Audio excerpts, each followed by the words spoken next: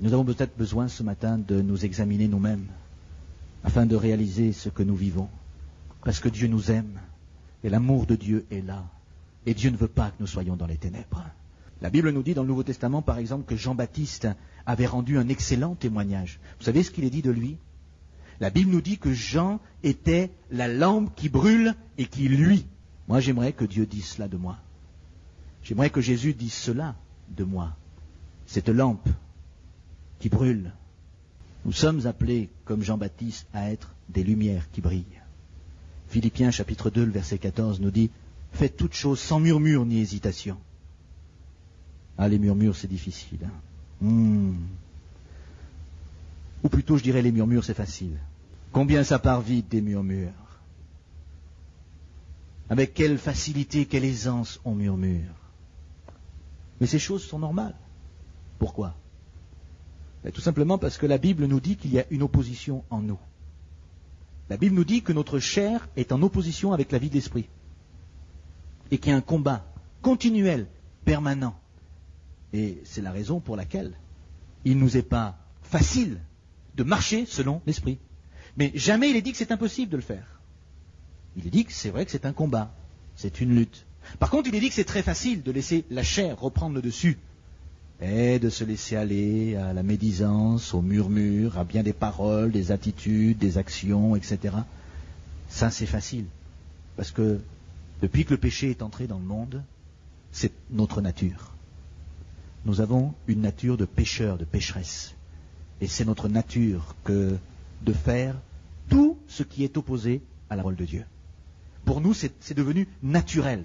Donc, marcher selon la vie de l'esprit, c'est pas naturel. Donc, il faut que ça le devienne. Et vous savez, c'est un exercice. C'est comme si je prends les champions de vélo. Là, on a des champions là qui font du vélo. Moi, j'aime bien les voir transpirer. Ils m'ont demandé des fois de venir avec eux. J'ai dit oui, mais je suis en train de me préparer mentalement, là, vous voyez, parce que quand je les vois transpirer comme ça, je me dis, ils vont me mettre 50 km dans la vue, ils vont me laisser sur le bas-côté. Mais si on veut que dans un sport, quel qu'il soit, être un peu performant, qu'est-ce qu'il faut faire? Fumer, boire, quelques piqûres? Eh non, généralement, il va falloir s'entraîner, avoir un bon équilibre. On revient, l'équilibre au niveau de la nourriture, etc. Et il va falloir s'entraîner pour que nous puissions, nous former. Dans le domaine spirituel, c'est la même chose. Si vous voulez bien marcher selon l'esprit, il faut vous former à cela.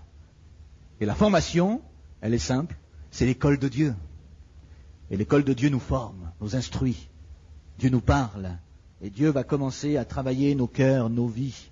Et par nos épreuves, nos combats, nos luttes, c'est une sacrée école, c'est vrai. Mais nous apprenons par conséquent à marcher selon Dieu.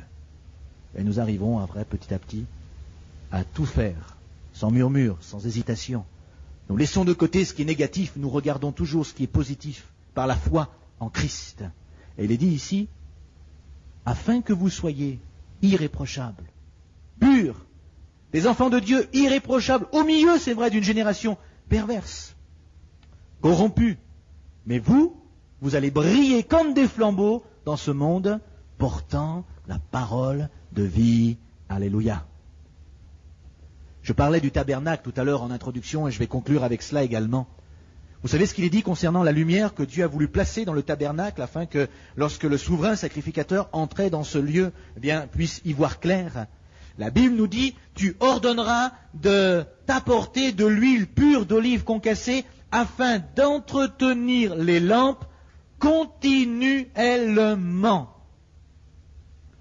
Voilà une belle image du renouvellement.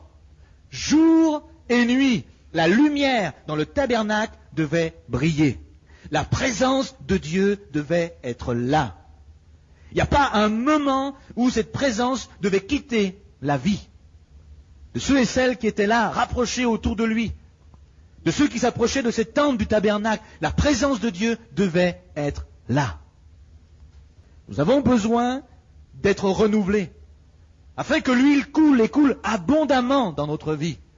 L'Ecclésiaste va dire ceci, qu'en tout temps tes vêtements soient blancs, soient purs, soient vrais. et que l'huile ne manque pas sur ta tête. Est-ce qu'il y a toujours de l'huile pure sur mon cœur ce matin?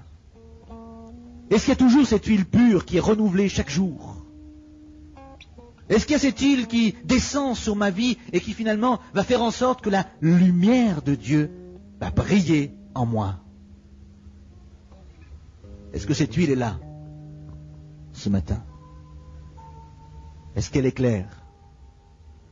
Est-ce que cette lumière est toujours aussi digne que celui qui l'a rendue digne le premier jour où il te l'a donnée? Ou est-ce que, comme le dira l'Ecclésiaste encore quelques versets plus loin, les mouches mortes infectent et font fermenter l'huile du parfumeur? Si tu as de l'huile, tu verras les mouches qui viendront dessus. Et à ce moment-là, qu'est-ce qui va se passer? Ça sera terrible. Parce que les mouches vont commencer à aller sur l'huile. Elles vont commencer à polluer l'huile.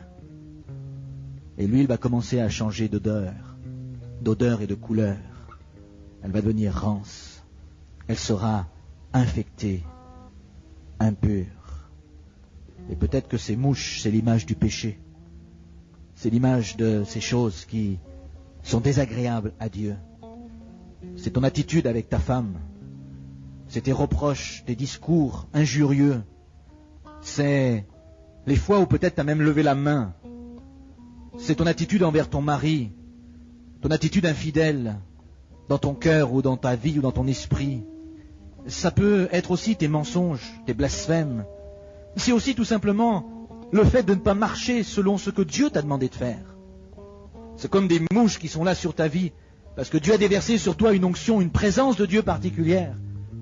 Mais tu n'as pas eu le courage, tu n'as pas eu cette détermination, tu n'as pas eu cette persévérance pour aller jusqu'au bout. Et finalement, faire ce que Dieu te demandait de faire. Et aujourd'hui, quand tu réfléchis à cela, tu te dis, mais est-ce que je suis vraiment cette lumière du monde? Est-ce que je suis vraiment cette lumière qui va éclairer les autres? Est-ce que je m'éclaire déjà moi-même? Comment est le vase de cette huile qui est sur ta vie? Comment est-il?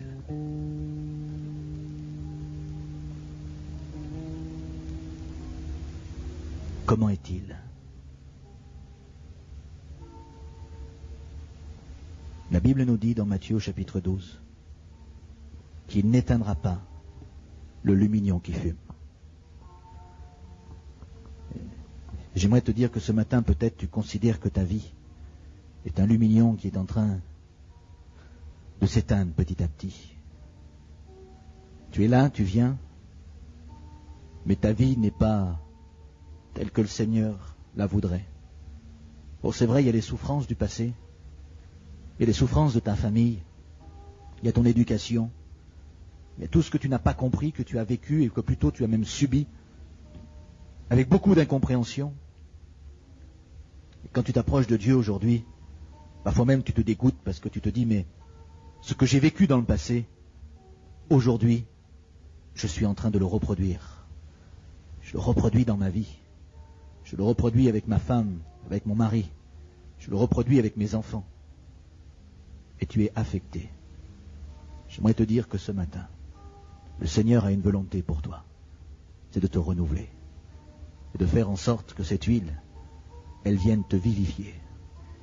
Que l'huile infectée par les mouches, le péché, la médisance, le mensonge, la violence, la méchanceté, l'adultère, l'impolitesse, que toutes ces choses puissent maintenant quitter ta vie, que cette huile puisse sortir complètement.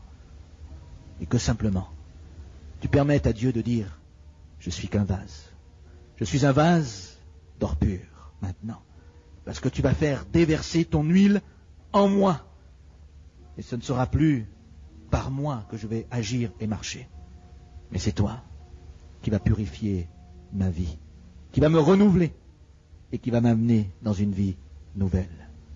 David dira, ou plutôt Dieu dira de David, j'ai trouvé David, mon serviteur, et je l'ai oint de mon huile sainte.